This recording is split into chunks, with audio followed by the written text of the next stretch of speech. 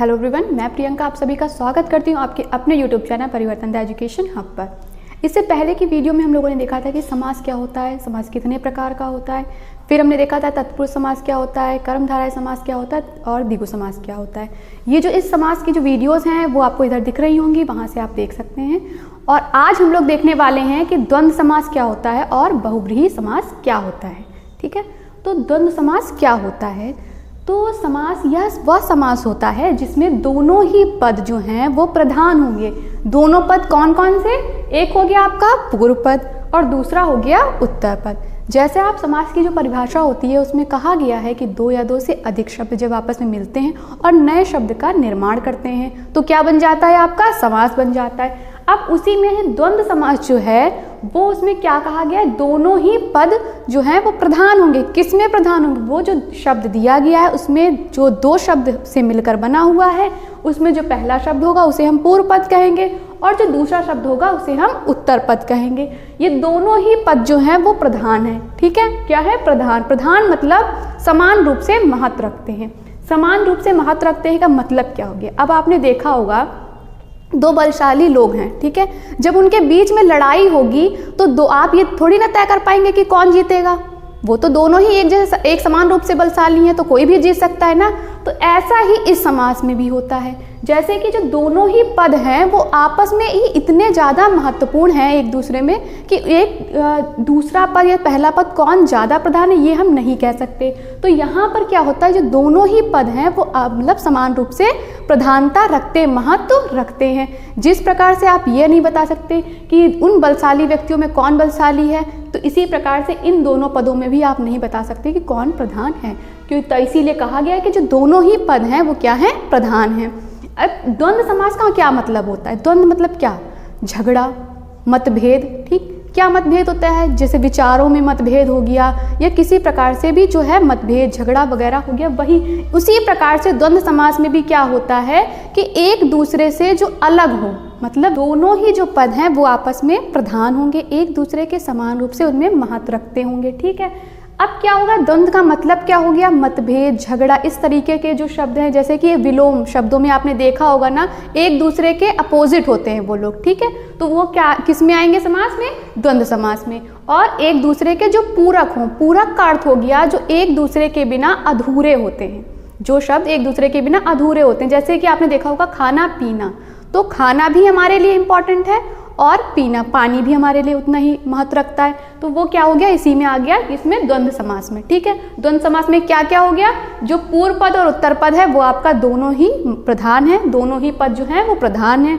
और दोनों ही पद जो प्रधान है उनमें क्या क्या आएगा? विलोम शब्द आ जाएंगे या फिर पूरक शब्द आ जाएंगे। पूरक शब्द क्या होते हैं? जो एक दूसरे के बिना अधूरे हों। ठीक है, अब इतना समझ के इसके अलावा क्या होता है? जब आप विग्रह करेंगे, क्या?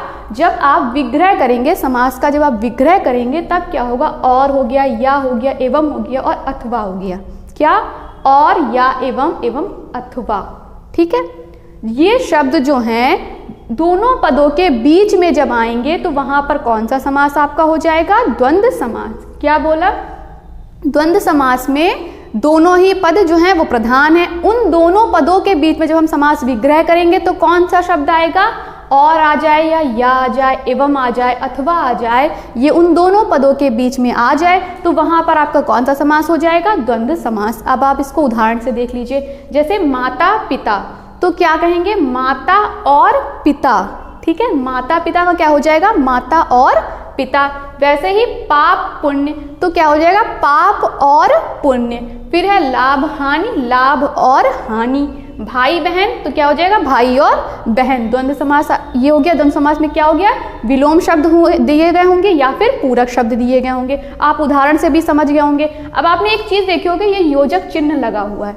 ठीक है, ये योजक चिन्ह लगा हुआ है तो कभी कभी क्या होता है, हम लोग इससे भी समझ सकते हैं कि ये क्या है? द्वंद्व समास है, क्योंकि ये योजक चिन्ह लगा हुआ है। लेकिन कुछ शब्द आपके ऐसे भी होंगे जिनमें योजक चिन्ह आपको नहीं दिखेगा, लेकिन फिर भी वहां पे द्वंद्व समास होगा। तो वो कौन सा शब्द है? जैसे कि लिखा हो देवासुर, देवासुर लिखा गया है, तो अब यहाँ पर तो कोई योजक चिन्ह नहीं लगा हुआ है, लेकिन इसमें भी आपका कौन सा समास है? द्वंद्व समास। क्यों? देव और असुर, जब हम समास विग्रह करेंगे तो क्या हो जाएगा, देव और असुर। तो यहाँ इसमें भी कौन सा समास आपका हो जाएगा, आपका समास हो जाएगा द्वंद्व समास। ठीक है, क्या द्वंद्व समास की परिभाषा हमने क्या देखी, पूर्व पद और उत्तर पद दोनों ही पद प्रधान होते हैं। योजक चिन्ह से आप ना समझें, सिर्फ ये समझें कि जिनमें विलोम शब्द या पूरक शब्द दिए गए होंगे वहाँ पर कौन सा समास हो जाएगा, आपका द्वंद्व समास। अब हम लोग देखते हैं बहुव्रीहि समास क्या होता है जिसमें दोनों ही पद जो होंगे वो अप्रधान होंगे। अप्रधान मतलब दोनों ही पद जो हैं वो प्रधान नहीं हैं। तो फिर क्या होगा, जब पूर्व पद है और उत्तर पद है उनके मिलने से जो तीसरा पद है वो प्रधान हो जाएगा, तो वहां पर आपका हो जाएगा बहुव्रीहि समास। मतलब कि जो दो शब्द मिल रहे हैं वो शब्द जो है वो किसी तीसरे शब्द या तीसरे अर्थ की ओर इशारा कर रहे हैं, तो वहां पर आपका होगा बहुव्रीहि समास। अगर हम इसमें प्रधानता की बात करें तो इसमें दोनों ही जो पद हैं वो प्रधान नहीं है, वो अप्रधान है, और इनके मिलने से तीसरा जो पद है, तीसरा अर्थ समझ लीजिए आप कि तीसरा ही अर्थ आएगा, तो वहां पर कौन सा समास आपका हो जाएगा, बहुव्रीहि समास। इसमें एक चीज़ और होती है कि जब हम समास विग्रह करेंगे तो अर्थात पद अवश्य आता है। जब हम समास विग्रह करेंगे तो अर्थात क्या, जब आपको यह उत्तर मिल जाए स्वयं से कि जब अर्थात क्या, तो वहाँ पर आप समझ सकते हैं कि वो होगा आपका बहुव्रीहि समास। उदाहरण से समझ लीजिए, जैसे चक्रपाणी, तो चक्रपाणी में का जब समास विग्रह करेंगे तो क्या हो जाएगा, चक्र है, पाणी मतलब हाथ में जिसके, अर्थात क्या, विष्णु जी। चक्र किसके हाथ में है, विष्णु जी के हाथ में। तो यहाँ पर चक्र और पाणी लिखा है, लेकिन ये इशारा किसकी ओर कर रहा है, विष्णु जी की ओर। ठीक है, तो ये जो दोनों ही पद हैं ये मिलकर किसकी ओर, तीसरा पद कौन सा हो गया, विष्णु जी, इनकी ओर इशारा कर रहा है, तो यहाँ पर कौन सा समास हो जाएगा, आपका बहुव्रीहि समास। ऐसा ही दूसरा उदाहरण है कि गिर को गिरिधर का जब समास विग्रह करेंगे तो हो जाएगा गिरि को धारण करने वाला। गिरि अर्थात पर्वत, तो पर्वत को धारण करने वाला अर्थात श्री कृष्ण जी। ठीक, फिर है दशानन का अर्थ हो गया 10 मुख हैं जिसके, 10 मुख हैं जिसके अर्थात रावण।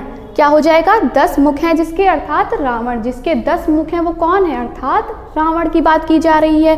तो इसमें क्या होता है बहुव्रीहि समास में, इसमें पर्यायवाची दिए गए। जैसे द्वंद्व समास में आपने देखा था कि विलोम शब्द दिए गए होते, ऐसे ही इस बहुव्रीहि समास में क्या होता है, पर्यायवाची होती है। और इसके अलावा इसमें क्या होता है कि जो भगवान जी होते हैं उनके ही नामों का वर्णन ज़्यादा होता है, उसी के उदाहरण आपको मिलेंगे। ठीक है, और जो चौथा उदाहरण है आपका महादेव। महादेव का जब हम समास विग्रह करेंगे तो हो जाएगा महान है जो देव, अर्थात कौन, शिव जी। तो महान है जो देव अर्थात शिव जी। तो ये जो दोनों पद मिलके किसकी ओर इशारा कर रहे हैं, शिव जी की ओर। तो यहाँ पर कौन सा समास आपका हो जाएगा, बहुव्रीहि समास। अब एक चीज़ जो कंफ्यूजन बहुत से बच्चों को रहता है कि क्या एक शब्द में एक से अधिक समास हो सकते हैं, तो हाँ, एक शब्द में एक से अधिक समास भी हो सकते हैं। कि किसी बुक में जो है महादेव में कर्मधारय समास दिया होता है और किसी बुक में बहुव्रीहि समास दिया होता है, तो आप ये कैसे कंफ्यूजन अपना दूर करेंगे। तो क्या होता है बहुव्रीहि समास में, जब जो इसमें दोनों ही पद हैं वो जो है अप्रधान है, क्या जो तीसरा ही अर्थ आएगा इन दोनों पदों के मिलने से, यहाँ पर दिया गया है महादेव। तो महादेव का जब हम समास विग्रह करेंगे तो हो जाएगा महान है जो देव। अब अगर आपके उदाहरण जो आपका ऑप्शन दिया गया होगा, क्वेश्चन पूछा गया कि महादेव में कौन सा समास है, और आपका जो ऑप्शन है उसमें बहुव्रीहि समास ना हो, बहुव्रीहि समास आपका ना दिया गया हो, तब आप इसे कर्मधारय समास में रखेंगे। क्यों? क्योंकि जो महान है वो एक तरीके का विशेषण हो गया, और विशेष कौन हो गया, आपका देव, क्योंकि देव को ही तो महान बताया जा रहा है। तो यहाँ पर कौन सा समास, अगर बहुव्रीहि समास ना दिया गया हो आपके ऑप्शन में, तब आप लगाएंगे कर्मधारय समास। ठीक है, लेकिन अगर आपके ऑप्शन में बहुव्रीहि समास दिया गया है तो आप उसको ही टिक करेंगे, किसे, बहुव्रीहि समास को। पहला इंपॉर्टेंस जो है आपको बहुव्रीहि समास को ही देना है। ठीक, फिर है दशानन। अब दशानन में आपने देखा कि 10 तो संख्या है और ये तो हो जाएगा द्विगु समास। ठीक, लेकिन यहाँ पर क्या है, जब हम इसका समास विग्रह कर रहे हैं तो 10 मुख हैं जिसके, अर्थात रावण। तो यहाँ पर जो 10 मुख है वो किसके लिए कहा जा रहा है, तो रावण के लिए। तो ये हो जाएगा आपका बहुव्रीहि समास। किंतु अगर आपके ऑप्शन में बहुव्रीहि समास ना दिया गया हो तो आप द्विगु समास भी लगा सकते हैं, क्योंकि यह जो है इसमें संख्या भी दी गई है, ठीक है। और एक शब्द जो है, एक शब्द में 2 या 2 से अधिक भी समास हो सकते हैं, ये खंडन नहीं करता है। मतलब ये ऐसा हो सकता है जो एक शब्द है वो उसमें 2 समास के जो नियम है उनको वो फॉलो कर रहा हो। तो ऐसा यहाँ पे भी जैसे 10 है, 10 संख्या हो गई, तो आप समझ सकते हैं ये द्विगु समास है। लेकिन जब आपके ऑप्शन में बहुव्रीहि समास दिया गया होगा तो आप किसको टिक करेंगे, बहुव्रीहि समास को। लेकिन अगर आपको बहुव्रीहि समास ना दिया गया हो तब आप द्विगु समास को भी टिक कर सकते हैं। तो ये उदाहरण आपके हो गए किसके, बहुव्रीहि समास के, ठीक, जिसमें दोनों ही पद जो हैं वो आपके अप्रधान है। कौन कौन से, इन दोनों पदों के मिलने से जो तीसरा पद है, तीसरा ही अर्थ आएगा, वहां पे कौन सा समास आपका हो जाएगा, बहुव्रीहि समास। तो ये हो गए आपके समास। अब इसको याद कैसे करें, मतलब आप इसे कैसे पहचानेंगे, इनको याद करने की एक शॉर्ट ट्रिक है, तो उसको देखते हैं। अगर आप स्क्रीनशॉट लेना चाहें तो ले सकते हैं। आइए देखते हैं समास को पहचानने का आसान तरीका क्या है। समास क्या होता है, 2 या 2 से अधिक शब्दों के मेल से बने शब्द को हम क्या कहते हैं, समास। इसमें समास के जो प्रकार उनको देखते हैं। अव्ययीभाव समास क्या होता है। अव्ययीभाव समास में जो पूर्व पद है वो प्रधान होगा और जो पूर्व पद होगा वो अव्यय या उपसर्ग होगा। उपसर्ग अव्यय क्या होता है, जिसमें वचन कारक काल प्रभाव का प्रभाव नहीं पड़ता है। और उपसर्ग कौन कौन से आएंगे, या फिर बड़ा होगा, प्रति होगा, अन होगा, निर होगा, आदि जो उपसर्ग हैं उनका जो प्रयोग हो रहा होगा पूर्व पद मतलब पहले शब्द में, तो वहां पर आप कौन सा टिक करेंगे, समास, अव्ययीभाव समास। जैसे प्रतिदिन हो गया, अनुसार हो गया, यथा मति हो गया। जो यथा है वो यहाँ पे अव्यय शब्द है, ठीक है, ये हो गया आपका अव्ययीभाव समास। दूसरा समास है आपका जो द्वंद्व समास। द्वंद्व समास क्या होता है, इसमें जो दोनों ही पद हैं वो प्रधान होते हैं। मतलब एक तरीके से आप समझ लीजिए जैसे झगड़ा होता है ना, झगड़ा कैसे होगा, 2 लोग जब एक जैसी ही बातें कर रहे हो, एक समान प्रधान हो, एक जैसा महत्व रखते होंगे तभी झगड़ा होगा। तो वैसा ही होता है द्वंद्व समास में भी। द्वंद्व समास में क्या होता है, आपको देखने को मिलता है विलोम शब्द या पूरक शब्द। पूरक शब्द क्या होते हैं, जो एक दूसरे के बिना अधूरे हों। जैसे खाना पानी, आपके लिए खाना भी महत्वपूर्ण है और पानी भी महत्वपूर्ण है। तो इस तरीके के जब शब्द आपको दिख जाएं, जैसे पाप पुण्य, खाना पानी, भाई बहन, माता पिता, तो वो कौन सा समास आपका हो जाएगा, द्वंद्व समास, ठीक है। इसमें दोनों ही जो पद हैं वो प्रधान हैं। तीसरा जो समास है आपका तत्पुरुष समास। तत्पुरुष समास में क्या होता है, जो पूर्व पद, इसमें जो प्रधान होता है वो प्रधान होता है उत्तर पद। उत्तर पद का मतलब दूसरा शब्द जो है वो तत्पुरुष समास में आपके प्रधान होगा। लेकिन अब आप इसकी पहचान कैसे करेंगे, तो जो पूर्व पद होगा उसके बाद में कारक चिन्ह अवश्य आएगा। कारक चिन्ह कब आएगा, जब समास विग्रह करेंगे आप शब्द का। जब समास विग्रह करेंगे तो पूर्व पद के बाद में कारक चिन्ह आएगा। कारक चिन्ह क्या, जैसे का, को, के लिए आदि जो हैं वो कारक चिन्ह आएंगे। उदाहरण से समझ लीजिए, जैसे गंगा जल, तो गंगा जल का जब हम समास विग्रह करेंगे तो लिखेंगे गंगा का जल। तो यार हम समझ जाएंगे कौन सा समास है, तत्पुरुष समास। तत्पुरुष समास के 2 भाग और हैं, जैसे द्विगु समास और कर्मधारय समास। द्विगु समास क्या होता है, जिसमें जो पूर्व पद है उसमें संख्यावाची शब्द दिया गया होगा। जहाँ भी आपको संख्या दिख जाए वहाँ पर आपका द्विगु समास होगा। जैसे चौराहा, चौराहा का जब हम समास विग्रह करेंगे तो क्या होगा, 4 राहों का समाहार। जैसे पंचवटी, तो पंचवटी का मतलब 5 वट, ठीक। इस तरीके के जब आपको संख्या दिख जाए तो वहाँ पे कौन सा समास हो जाएगा आपका, द्विगु समास। फिर है कर्मधारय समास। कर्मधारय समास वह समास होता है जिसमें विशेषण विशेष का, उपमान और उपमेय का संबंध पाया जाए, तो वहाँ पर कौन सा समास हो जाएगा, कर्मधारय समास। विशेषण का क्या मतलब होता है, विशेषण का मतलब जो विशेषता बताई जा रही, और विशेष का जिसकी विशेषता आप बता रहे हो। उपमान और उपमेय का मतलब क्या हो गया, जो उपमान है उसका मतलब हो गया जिससे आप तुलना कर रहे हो, और उपमेय हो गया जिसका आप वर्णन कर रहे हो। जिस वस्तु की तुलना जिसके साथ में हो रही वह वस्तु, वह मुख्य वस्तु जो है वो उपमेय कहलाएगी, ठीक है। फिर इसका उदाहरण आप देख लीजिए, जैसे नील कमल, तो नील कमल में नीला है जो कमल, तो यहाँ पर ये नीला क्या हो गया, विशेषण हो गया। किसकी विशेषता बता रहा है, कमल की, तो क्या हो गया, नीला है जो कमल। ये हो गया आपका कर्मधारय समास, ठीक है। फिर आपका बचता है जो है आखिरी समास, वो है बहुव्रीहि समास।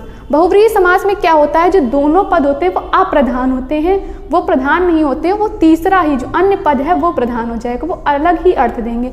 इसके अंतर्गत अगर हम देखें तो पर्यायवाची आते हैं, जितने भी पर्यायवाची वगैरह हैं वो ही आपके बहुव्रीहि समास में आ जाएंगे। और ज़्यादातर जो है वो भगवान से ही संबंधित जो है आपसे शब्द पूछे जाते हैं। और इसमें क्या आता है, अर्थात पद जो है, जब हम समास विग्रह करेंगे तो अर्थात पद जो है वो अवश्य आएगा। उदाहरण समझ लीजिए, जैसे महादेव दिया गया है, तो जब हम इसका समास विग्रह करेंगे तो लिखेंगे महान है जो देव, अर्थात शिव जी।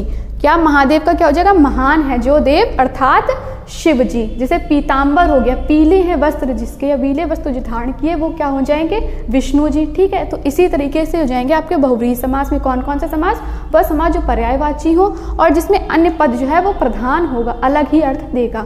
तो ये हो गया आपको समास को आप कैसे पहचानेंगे आसान तरीके से। अगर आपको ये वीडियो पसंद आए, वीडियो आपके लिए हेल्पफुल रहे, तो वीडियो को लाइक कर दीजिए, हमारे जो इंस्टा पेज है उसे फॉलो कर लीजिए और हमारे जो यूट्यूब चैनल है उसे सब्सक्राइब कर लीजिए। अपना और अपने पूरे परिवार का बहुत ध्यान रखिए। Thank you.